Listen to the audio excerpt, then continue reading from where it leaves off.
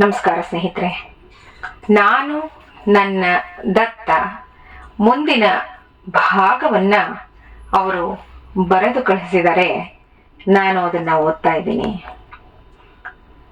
ಮಕ್ಕಳನ್ನ ಆ ವರ್ಷ ಸಮ್ಮರ್ ಕ್ಯಾಂಪ್ಗೆ ಸೇರಿಸಿದ್ವಿ. ನಾನೇ ಕಾರ್ ಡ್ರೈವ್ ಮಾಡಿಕೊಂಡು ಮಕ್ಕಳನ್ನ ಕ್ಯಾಂಪ್ಗೆ ಬಿಟ್ಟು ಬಂದೆ. ಸಾಮಾನ್ಯವಾಗಿ ಲೈಸೆನ್ಸ್ ಯಾವಾಗ್ಲೂ ನಮ್ಮ ಬಳಿ ಇಟ್ಕೊಳ್ಳೋದು ಸಹಜ ನಿಯಮ, ಎಲ್ಲರಿಗೂ ಗೊತ್ತಿರೋ ವಿಷಯ ಇದು. ಆದ್ರೆ ಅವತ್ತು ನನ್ನ ಲೈಸೆನ್ಸ್ ಜೊತೆ ಬೇರೆ ಕೆಲವು ಬೆಲೆ ಬಾಳೋ ವಸ್ತುಗಳು ಇದ್ದವು. ಮಕ್ಕಳನ್ನ ಮತ್ತೆ ಮನೆಗೆ ವಾಪಸ್ ಕರ್ಕೊಂಡು ಬರಕ್ಕೆ ಹೋದಾಗ ಆ ಎಲ್ಲಾ ವಸ್ತುಗಳು ಇದ್ದ ಪರ್ಸ್ ನನ್ನ ಬಳಿ ಇಲ್ಲ, ಕಾರ್ನಲ್ಲೂ ಇರಲಿಲ್ಲ. ಇದೇನು ಆಶ್ಚರ್ಯ, ಯಾಕೆ ಹೀಗಾಯ್ತು ಗೊತ್ತಾಗ್ಲಿಲ್ಲ. ಆ ಪರ್ಸ್ ನನಗೆ ಕೊನೆಗೂ ಸಿಗಲೇ ಇಲ್ಲ. ಬದಲಾಗಿ ಅಂದಿನಿಂದ ಸುಮಾರು ದಿನ ಪ್ರತಿ ಕ್ಷಣವೂ ಯಾರೋ ನನ್ನನ್ನ 10,000 ರು ನನಗೆ ಕೊಡು ಅಂತ ಕೇಳ್ತಿದ್ದಿದ್ದು ಸದಾ ನನ್ನ ಕಿವಿಗೆ ಕೇಳಿಸ್ತಿತ್ತು. ನಾನು ದೇವರ ಸ್ತೋತ್ರಗಳು, ಸಹಸ್ರನಾಮಗಳು, ದಿಗಂಬರ ದಿಗಂಬರ ಶ್ರೀಪಾದವಲ್ಲಭ ದಿಗಂಬರ ಹೇಳ್ತಿದ್ರೆ ಆ ಧ್ವನಿ ಕೇಳಿಸ್ತಿರ್ಲಿಲ್ಲ. ಆದ್ರೆ ನಾನು ಓಡಾಡುವಾಗ ಯಾರ ಜೊತೆ ಆದರೂ ಮಾತಾಡ್ತಿದ್ರೆ, ಬರೆಯೋದು ಓದೋದು ಮಾಡ್ತಿದ್ರೆ, ನಾನು ಏನು ಕೆಲಸ ಮಾಡ್ತಿದ್ರು ನನ್ನನ್ನ ಯಾರೋ 10,000 ಕೇಳ್ತಾ ಇದ್ರು. ಯಾರು ಅಂತ ನನಗೆ ಗೊತ್ತಿಲ್ಲ. ಹೀಗೆ ಸುಮಾರು ತಿಂಗಳುಗಳು ಕಳೀತು. ಆ ಮಧ್ಯದಲ್ಲಿ ಯಾರೋ ನಮ್ಮ ತಂದೆಗೆ ಶ್ರೀ ಶಂಕರಾಚಾರ್ಯರ ಸ್ವಪ್ನಾವಸ್ಥೆಯಲ್ಲಿ ದತ್ತ ಉಪದೇಶಿಸಿದ ದತ್ತ ಸಹಸ್ರನಾಮದ ಪುಸ್ತಕದ ಹಾಳೆಗಳನ್ನ ತಂದುಕೊಟ್ಟಿದ್ರು. ನನ್ನ ತಂದೆ ನನಗೆ ಅದನ್ನ ಕೊಟ್ಟರು. ನಾನು ಅದನ್ನ ಕಲ್ತ್ಕೊಂಡು ಪ್ರತಿನಿತ್ಯ ಪಾರಾಯಣ ಮಾಡ್ತಿದ್ದೆ. ಆಗ ಆ ಸಹಸ್ರನಾಮ ಆಗ ಆ ದಿನಗಳಲ್ಲಿ ಇಷ್ಟೊಂದು ಪ್ರಚಲಿತವಾಗಿರಲಿಲ್ಲ. ಆಗ್ಲೇ ಅದು ನನ್ನನ್ನ ಬಹಳ ಆಕರ್ಷಿಸಿತ್ತು. ಅದರಲ್ಲೂ ಅದರ ಫಲಶ್ರುತಿಯಲ್ಲಿನ ಕೆಲವು ಅಂಶಗಳು ನನ್ನ ಮೇಲೆ ಅತಿಯಾಗಿ ಪ್ರಭಾವ ಬೀರಿದವು. ಆ ಸಹಸ್ರನಾಮದ ಹೆಗ್ಗಳಿಕೆ ದತ್ತ ಹಾಗೆ ಶಂಕರರು. ಗುರುದ್ವಯರ ಅನುಗ್ರಹ ಒಟ್ಟೊಟ್ಟಿಗೆ ದೊರೆಯುತ್ತೆ. ಇಬ್ಬರ ದಯೆಯಿಂದ ನನಗೆ ಬಹಳ ಬೇಗ ಸಹಸ್ರನಾಮ ಬಾಯಿಗೆ ಬಂತು. ಮೊದಲು ನಾನೇ ನನ್ನ ಮೇಲೆ ಅದನ್ನ ಪ್ರಯೋಗ ಮಾಡಿಕೊಂಡೆ. ಯಾಕೆಂದ್ರೆ ಫಲಶ್ರುತಿಯೇ ಇರೋದೇ ಹಾಗೆ. ಫಲಶ್ರುತಿಯಲ್ಲಿ ಬಹಳ ಒಳ್ಳೆ ಅಂಶಗಳು ಇದರಲ್ಲಿ ಇದೆ. ಬೇರೆ ಎಲ್ಲ ಸ್ತೋತ್ರಗಳಲ್ಲೂ ಇರೋ ಹಾಗೆ ಫಲಶ್ರುತಿಯೂ ಇದೆ. ಆದರೆ ಇದರ ಫಲಶ್ರುತಿ ಬಹಳ ಬೇಗ ಆಕರ್ಷಿಸ್ತು. ಮಾನಸಿಕ ಹಾಗೆ ದೈಹಿಕ ಸಮಸ್ಯೆಗಳು ಪರಿಹಾರವಾಗ್ತಾ ಬಂತು ನನಗೆ. ನಮ್ಮ ಮಕ್ಕಳ ವಿದ್ಯಾಭ್ಯಾಸಕ್ಕೆ ಬಹಳ ಸಹಕಾರಿಯಾಯಿತು. ಹೀಗೆ ಮನೆ ಮಟ್ಟಿಗೆ ನಾನು ಇದರ ಸಫಲತೆಯನ್ನ ಪಡ್ಕೋತಿದ್ದೆ. ಹೇಗೋ ವಿಷಯ ಬೇರೆಯವರಿಗೆ ಗೊತ್ತಾಯ್ತು. ನಮ್ಮ ಬಂಧುಗಳು ಅವರ ಹೆಸರಿನಲ್ಲಿ ಪಾರಾಯಣ ಮಾಡಿಸ್ಕೊಂಡು ಮಂತ್ರಿಸ್ಕೊಳ್ತಿದ್ರು. ಅವರಗಳ ಸಮಸ್ಯೆಯೂ ಬಗೆಹರಿತಿತ್ತು. ಮುಂದೆ ಬೇರೆಯವರಿಗೂ ವಿಷಯ ಗೊತ್ತಾಯ್ತು. ದೊಡ್ಡ ದೊಡ್ಡ ಆರೋಗ್ಯ ಸಮಸ್ಯೆ ಇರೋರು, ಮಾನಸಿಕವಾಗಿ ಬಳಲ್ತಿದ್ದವರು ಬಂದು ಮಂತ್ರಿಸ್ಕೊಂಡು ಪ್ರಸಾದ ತಗೊಂಡು ಹೋಗ್ತಿದ್ರು. ಅದರಿಂದ ಬಹಳ ಬೇಗ ಗುಣವಾಗ್ತಿದ್ರು. ದೊಡ್ಡ ದೊಡ್ಡ ಆರೋಗ್ಯ ಸಮಸ್ಯೆ. ನಾನು ದತ್ತನಿಗೆ ಹೇಳಿದೆ, ಈ ಎಲ್ಲ ವಿದ್ಯಮಾನಗಳಿಂದ ನನಗೆ ಅಹಂಕಾರ ಬರಬಾರ್ದು.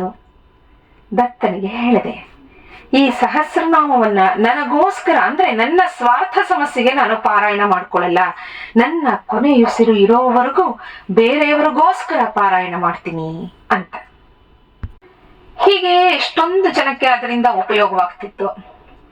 ವಿದ್ಯಾಭ್ಯಾಸಕ್ಕೆ ತೊಂದರೆಯಾದವರಿಗೆ ಓದಿನಲ್ಲಿ ಆಸಕ್ತಿ, ಹೆಚ್ಚು ಮಾರ್ಕ್ಸ್ ಬರೋದು, ಕೆಲಸದಲ್ಲಿ ತೊಂದರೆ ಇದ್ದವರಿಗೆ, ಹೀಗೆ ಇನ್ನೇನೇನೋ ಸಮಸ್ಯೆಗಳು ಇದ್ದವ್ರಿಗೂ ಪರಿಹಾರವಾಗ್ತಿತ್ತು.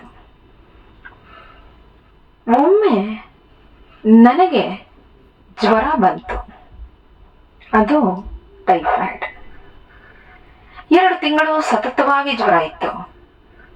ನಂತರ ಒಂದೆರಡು ದಿನ ವಾಸಿಯಾಗಿದ್ದು ಮತ್ತೆ ರಿಲ್ಯಾಪ್ಸ್ ಆಯಿತು. ಬಹಳ ಕಷ್ಟಪಟ್ಟೆ. ಆದ್ರೆ ಸ್ವಾಮಿಗೆ ಹೇಳ್ಬಿಟ್ಟಿದ್ದೆ, ನನಗೋಸ್ಕರ ಸಹಸ್ರನಾಮ ನಾನು ಮಾಡ್ಕೊಳ್ಳೋಕೆ ಆಗ್ಲಿಲ್ಲ. ಎಷ್ಟೋ ಔಷಧಿಗಳಿಂದಲೂ ಪ್ರಯೋಜನವಾಗ್ಲಿಲ್ಲ. ಜೀವಕ್ಕೆ ಬಹಳ ತೊಂದರೆಯಾಯಿತು. ವಿಧಿ ಇಲ್ಲದೆ ನಮ್ಮ ಅಣ್ಣನ ಕೇಳಿದ್ವಿ.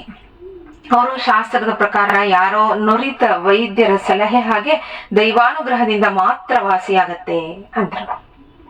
ಅವ್ರು ಹೇಳಿದ ದಿನವೇ ಅಮೆರಿಕಾದ ಒಬ್ಬರು ವೈದ್ಯರು ಒಂದು ಮಾತ್ರೆ ತಗೊಳ್ಳೋಕೆ ಹೇಳ್ತಾರೆ. ದತ್ತನ ಸ್ಮರಣೆಯೊಂದಿಗೆ ಆ ಒಂದು ಮಾತ್ರೆ ತಗೊಂಡೆ. 5 ನಿಮಿಷದಲ್ಲಿ ಹುಷಾರಾದೆ. ಅಷ್ಟು ದಿನಗಳು ನಮ್ಮ ಅತ್ತಿಗೆ ನನ್ನನ್ನು ನೋಡ್ಕೊಳಕ್ಕೆ ಬಂದು ನನ್ನ ಆರೈಕೆ ಮಾಡ್ತಿದ್ರು.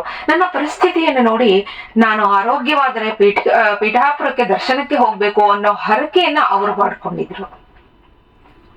ಕೆಲವೇ ದಿನಗಳಲ್ಲಿ ಪೀಠಾಪುರಂಗೆ ಹೋದ್ವಿ.